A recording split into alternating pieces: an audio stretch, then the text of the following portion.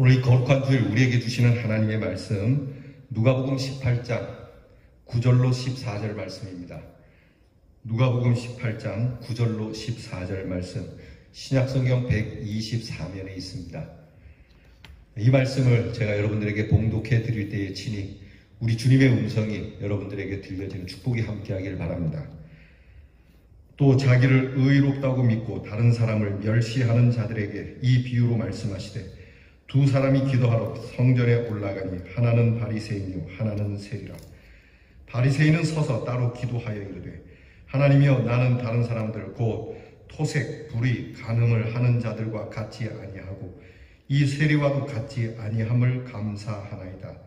나는 일해에 2번씩 금식하고 또 소득의 11조를 드리나이다 하고 세리는 멀리 서서 감히 눈을 들어 하늘을 쳐다보지도 못하고 다만 가슴을 치며 이르되 하나님이여 불쌍히 여기소서 나는 죄인이로소이다 하였느니라. 내가 너희에게 이르노니 이에 저 바리새인이 아니고 이 사람이 의롭다 하심을 받고 그의 집으로 내려갔느니라. 무릇 자기를 높이는 자는 낮아지고 자기를 낮추는 자는 높아지리라 하시니라. 아멘. 옛날 고대에 카르타고의 명장 하니발이라고 하는 장군이 있습니다. 로마 제국을 향하여 반기를 들었다가 결국 실패를 하게 되지만 그는 참 용맹하였던 장군이고 뛰어난 장군이었습니다. 근데 이 하니발 장군은 좀 성격이 좀 뭐라 그럴까 모났다고 해야 될까 성격이 좀 이렇게 다혈질적이었다고 합니다. 한 번은 이 하니발 장군이 자기 얼굴을 좀 남기고 싶어서 화가를 불러서 초상화를 그리겠답니다. 하니발 장군은 전쟁에서 눈을 잃어서 애꾸였습니다. 그래서 화가가 이 하니발을 그리면서 이 눈을 애꾸인 모습 그대로 그렸더니 이 장군이 화를 내더랍니다. 아니 내가 안 그래도 이 애꾸 때문에 마음이 아픈데 그림까지 애꾸라니 이렇게 꼭 그래야 되겠느냐. 여봐라 이 사람을 당장 하옥시켜라. 감옥에 집어넣었답니다. 자, 이 이야기를 들은 다른 화가가 이제 다시 그림을 그리는데 이 사람이 이제 애꾸로 그려서 앞에 화가가 감옥에 갔다는 얘기를 듣고요. 자기는 좀 애꾸가 아닌 두 눈이 멀쩡한 그림을 좀 그려줘야 되겠다고 그렸더니 하니발 장군이 딱 보고 역시 화를 내더랍니다. 내가 애꾸인데 어떻게 이렇게 멀쩡하게 그렸느냐. 너 아첨하는 사람 아니냐. 그리고 이놈도 감옥에 넣으라 그랬답니다. 또 다른 화가를 불렀는데 이제 그 화가를 데리고 오는 사람이 이 일에 대해서 그 화가에게 얘기를 해줬어요. 앞에 사람은 애꾸를 그려서 감옥에 갔고 한 사람은 멀쩡하게 그려다 감옥 갔다. 당신은 어떻게 하려고 그러냐고 그랬더니 이 사람이 그렇게 큰일 났네요. 그러더니 가만히 생각하더니 하니발 장군에게 가서 그림을 그립니다. 그림을 또 그러더니 하니발 장군이 자기의 초상화를 보고 매우 기뻐하고 상금을 줬답니다. 어떻게 그렸는가 봤더니요. 그 눈이 성안 쪽으로 한쪽으로 옆모습을 그렸다고 합니다. 자, 옆모습을 그렸으니 가짜도 아니고 또 성안 쪽을 그렸으니 이 또한 보기 좋은 것 아니겠습니까? 자, 이 화가의 지혜가 돋보이는 이야기입니다. 여러분, 세상을 살면서 어느 측면을 보느냐, 어떤 관심을 가지고 보느냐가 중요하다고 말씀을 드렸죠. 행복은 소유에 있는 게 아닙니다. 그러고 보면 행복은 내가 어떻게 어느 각도에서 보느냐에 따라 달라지고 또 어느 관심과 어느 방향에 따라 어떤 생각으로 보느냐, 어떤 세계관과 어떤 세계 철학을 가지고 내가 보느냐에 따라서 행복하기도 하고 불행하기도 하고 또 성공했다 이야기할 수도 있고 실패했다 이야기할 수도 있는 겁니다. 그런데 말입니다. 우리가 나의 행복을 위해서 보는 측면을 달리할 수는 있지만 그렇다고 무조건 내 행복을 위해서 아무 측면에서만 볼 수 있는 건 아니지 않습니까? 내가 보고 싶은 대로만 본다? 내가 바라는 대로만 보면서 내 스스로가 행복을 만족하면서 그렇게 만끽하면서 살면 되는 겁니까? 그건 아니라고 봅니다. 그러면 뭐냐? 결국 우리가 인생을 바라보는 측면은 의에 달려 있는 겁니다. 의를 가지고 바라볼 때, 의의 측면으로 볼 때 우리는 행복하냐 불행하냐 성공했냐 실패했느냐를 가늠할 수가 있는 것이죠. 예컨대 우리가 이제 곧 죽음을 맞이하는 임종의 순간이 됐다고 합시다. 우리가 죽음을 맞이하는 그 순간에는 우리의 소유가 아무 소용 없습니다. 돈이, 물질이, 우리의 배움 아무 소용이 없습니다. 그 순간만큼은 내가 이 세상을 어떻게 살아왔는가, 의롭게 살아왔는가 하는 이 의의 문제에 따라서 그 죽음 앞에서 우리는 그 희노애락이 나뉘어진다라고 하는 것이죠. 그러니까 의를 침해받는 그 순간은 힘을 상실하게 됩니다. 우리가 정직하게 살지 못하고 의롭게 살지 못하면 아무래도 주눅이 들게 되고요, 힘이 빠지게 되고 나약해지게 되어 있습니다. 그렇게 크고 힘있고 싸움 잘하는 사람도 자기가 의롭게 살지 못했다 그러면 그 사람은 항상 나약하게 살 수밖에 없는 것이죠. 심지어는 자기 존재 상실에 대한 고통도 가져오게 되죠. 여러분, 돈을 잃어버린 것보다 명예를 잃은 것이 참기가 더 어려운 것입니다.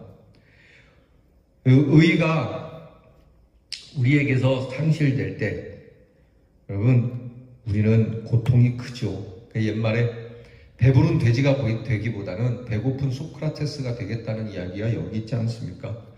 의가 무너지면은 못 견디는 겁니다. 의가 무너지니까 그렇게 자살하는 것 아니겠습니까? 돈이 없었습니까? 돈이 무너진 게 아니지 않습니까? 돈을 잃어버린 것이나 또 내가 가진 소유를 잃어버린 게 아닙니다.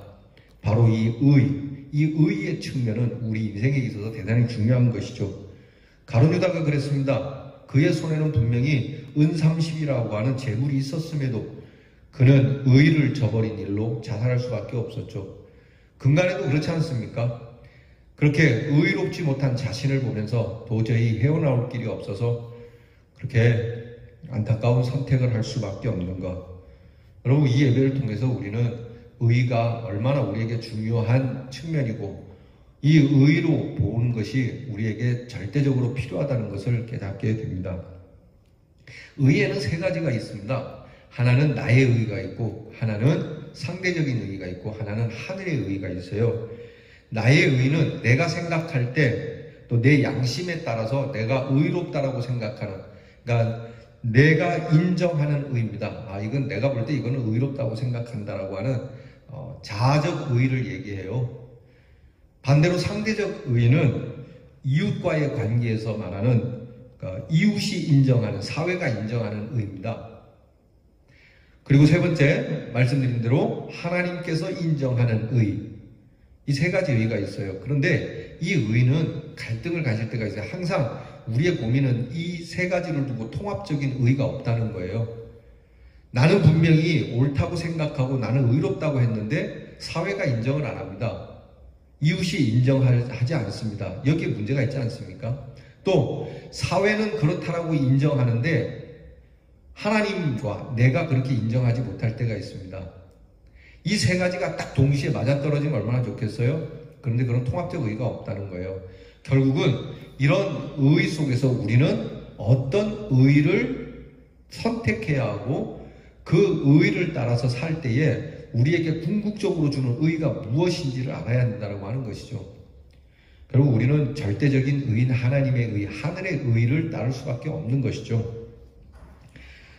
그러니까 우리는요, 내 의가 아니고 또 이웃의 의가 아니라 이웃이 인정을 하지 못하고 내가 인정하지 못하다 할지라도 하나님이 인정하는 것이 중요하다고 하는 거예요. 그 하나님의 의를 선택할 수밖에 없는 우리. 비록 대접을 못 받을 수도 있어요. 하늘이 인정하는 길을 걸으려면은 외로울 수도 있어요. 고독할 수도 있어요. 여러분, 이게 바로 순교자의 길이고 성도의 길 아니겠습니까? 여기에 진정한 평화와 행복이 있는 겁니다.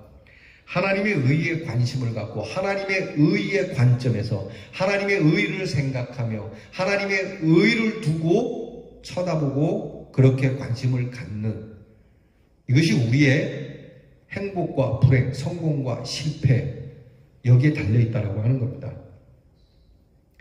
바로 이 하나님의 의에 대하여 관심을 갖는 것이 예배예요. 오늘 성경에 보니까 예배에 대한 말씀이 나옵니다. 예수님의 말씀 속에 예수님 눈앞에서 이루어지고 있는 두 예배자의 모습을 보면서 바로 우리가 이런 의를 관심을 갖고 의에 대하여 의에 초점을 두고 살아가는 두 사람이 있는데, 분명히 의에 대한 관심을 두는데도 여기에 아주 극과 극으로 나뉘는 두 예배자의 모습이 나타납니다. 예배는 하나님께 경배하는 겁니다. 예배는 하나님을 만나는 것이고, 예배는 또한 하나님께 나를 보이는 것이고, 예배한다는 것은 하나님 앞에서 나를 발견하고 예배 드리는 동안에 내가 나를 알게 되어지고 하나님의 귀한 은혜를 알게 되는 것이 예배죠. 그래서 예배만은 성실하게 드려야 합니다. 예배에 내 존재의 의미가 있고요. 예배에 내 생명의 뿌리가 있기 때문입니다. 오늘 성경에 예배 드리는 두 사람, 오늘 우리도 이렇게 나와서 예배를 드리지 않습니까? 우리 안에도 분명히 둘로 나눌 수 있습니다. 오늘 성경에는 한쪽은 성공한 예배, 한쪽은 실패한 예배예요. 똑같은 예배의 자리에, 그 귀한 자리에 있지만 성공하는 사람이 있고 실패하는 사람이 있다는 거예요. 우리 대연의 모든 성도들은 예배의 성공자가 되시기를 바랍니다. 그러면 예배에 성공한다는 게 뭐냐? 그것은 오늘 말씀에 하나님 앞에서 경건하게 살아간다라고 외치는 바리새인과 하나님 앞에서 또는 백성들 앞에서 나쁘게 살아간다라고 하는 세리, 이 두 사람의 예배 속에서 오히려 하나님께 의로움을 입고 예배에 성공했다라고 인정을 받고 돌아가는 쪽은 바리새인 율법주의자들이 아니라 바로 죄인 세리라고 하였다는 점에 대해서 우리는 좀 더 귀를 기울여야 돼요. 두 예배자의 공통점이 있어요. 이 두 사람의 공통점은 첫째는 하나님께 예배를 드린다고 하는 건 똑같아요. 그리고 하나님의 의에 대하여 내가 의롭게 되고자 하는 그 관심도 똑같아요. 그리고 스스로 자기를 돌아보는 자기 성찰도 똑같아요. 그런데 뭐가 다릅니까? 결과적으로 달라집니다. 똑같이 하나님께 예배드리고 똑같이 의롭게 되고자 하나님 앞에 섰고 그리고 자기를 반성해 보지만 결과는 율법주의자는 실패고 죄인 세리는 성공이라는 거예요. 왜 그랬을까요? 우리가 아는 대로 바리새인은요 자기 의를 내세웠어요. 자기를 자랑하고 있어요. 의를 얻으려고 내가 의롭게 되려고 나를 내세우고 있는 겁니다. 반대로 이 세리는요 이 의를 위하여서 자기를 부정합니다. 내가 의롭게 되기 위해서 나는 정말 죄인이라고 하는, 나는 내세울 것이 없다라고 하는. 여러분, 예배는 하나님을 만나고 하나님 안에서 나를 발견하고 그리고 하나님으로부터 의로움을 받는, 여러분 그 자리가 예배 자리잖아요. 그런데 이 바리새인은 예배를 드리는 자리에서 하나님 만나고 하나님 안에 자기를 발견함에 있어서 하나님은 안중에도 없어요. 오직 자기만 내세우고 있어요. 하나님께 예배를 드리고 왔지만 자기의 삶을 숭배하고 있고 하나님께 의를 얻고 싶어 하지만 자기 행위로 의를 얻으려고 하고 있고 그렇게 하나님 앞에서 자기중심적으로 있으니까 자기도 못 보고 이웃도 못 보는 거예요. 결국 어리석은 자리로 떨어지게 되는 거죠. 오늘 성경에 보니까 이 율법주의자는요, 이 바리새인은 따로 서서 하나님 앞에 예배를 드리고 있어요. 기도를 하고 있어요. 따로 섰다는 것은 이미 구별의식입니다. 자기는 좀 특별하다고 하는 의식이죠. 이게 다른 사람을 의식했을까요? 안 했을까요? 의식했다는 얘기입니다.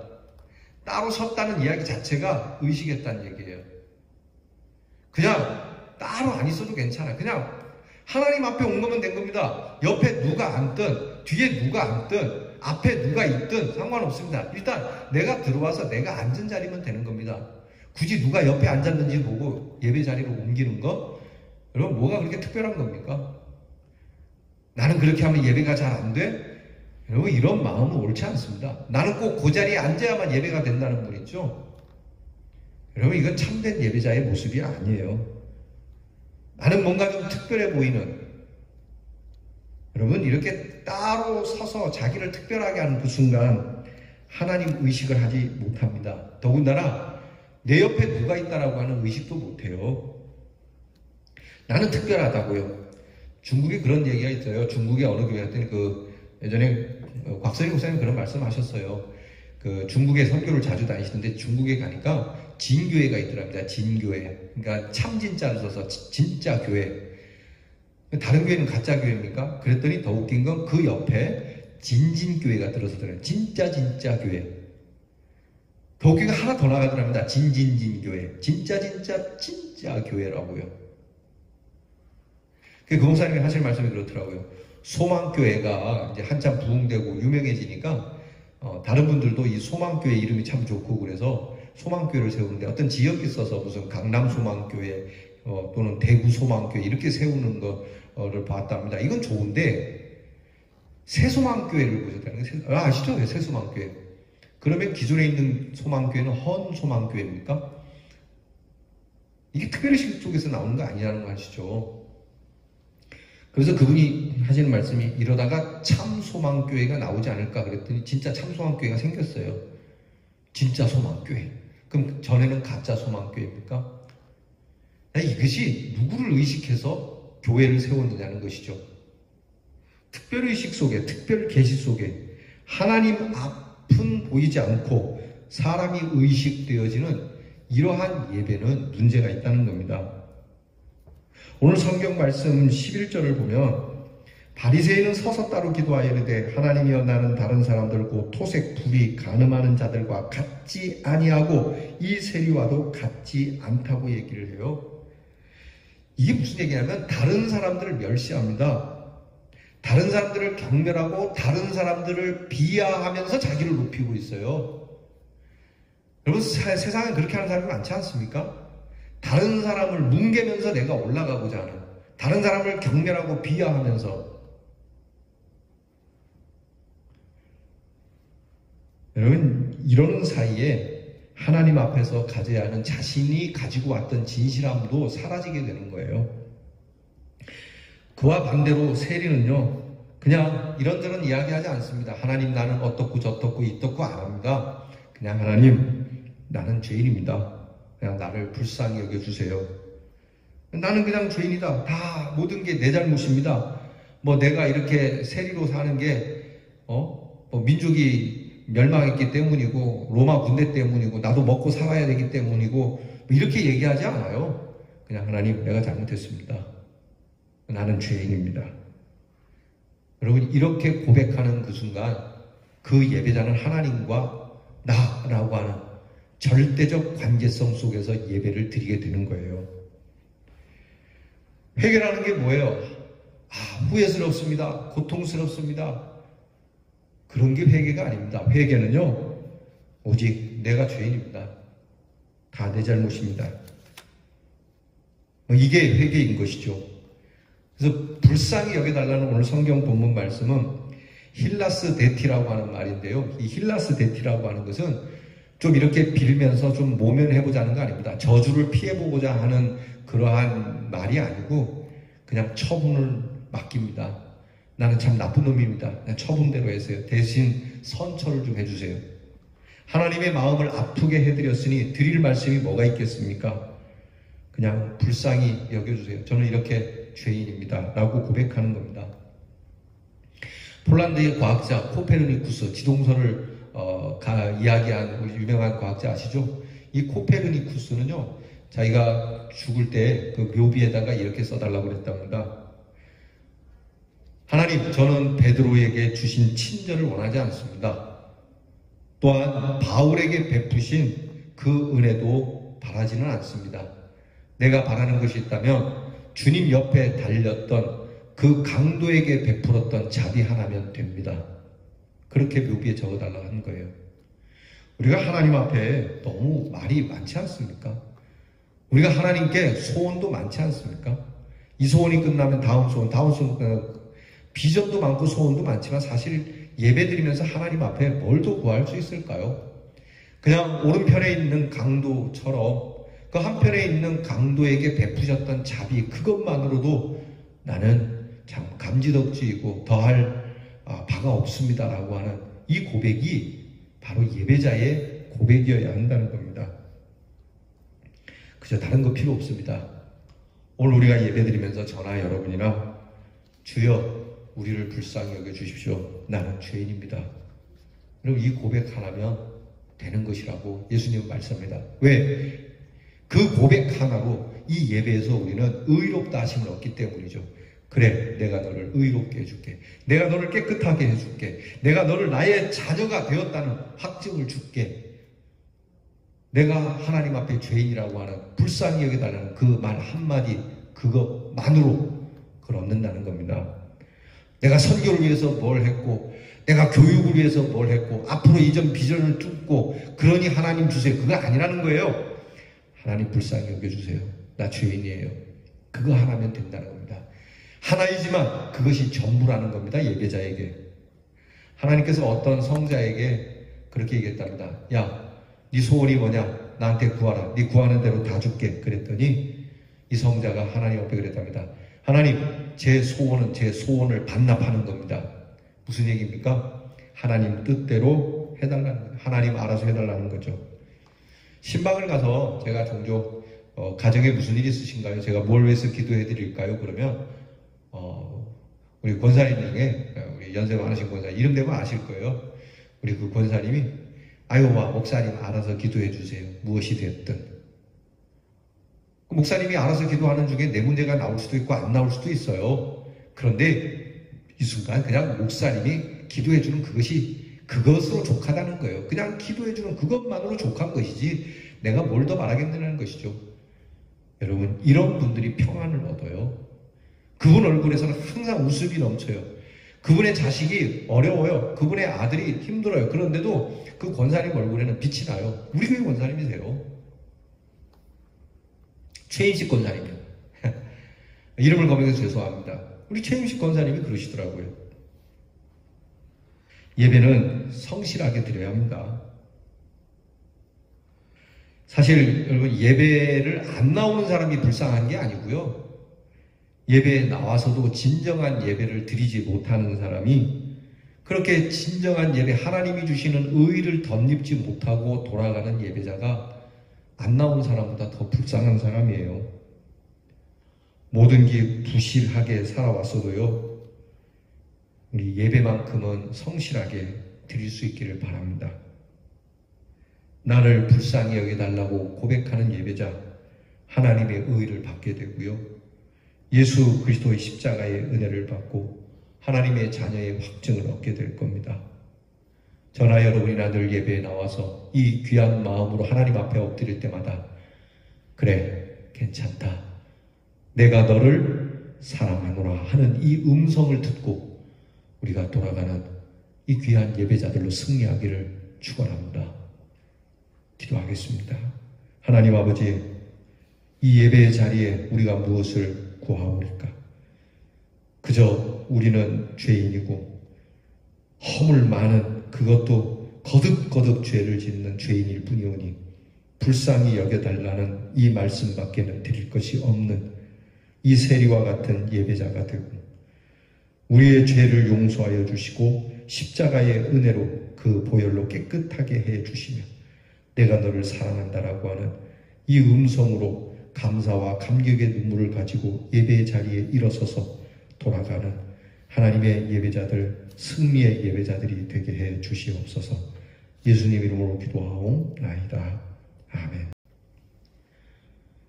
이제는 더럽고 추한 우리의 죄를 위하여 십자가에서 그 피와 물 쏟으신 우리 주 예수 그리스도의 은혜와 우리 죄인들을 아낌없이 사랑하시는 아버지 하나님의 사랑과 우리가 주 앞에서 오직 죄인이며 불쌍히 여겨달라는 이 예배의 마음을 허락해 주시는 성령의 도우심이 이 귀한 예배의 자리, 하나님의 의를 덧입고자 내세울 것 없고 죄인이니 불쌍히 여겨달라고 주 앞에 엎드린 우리 사랑하는 대연의 모든 성도들 위해 이제로부터 영원토록 함께하옵시기를 축원하옵나이다.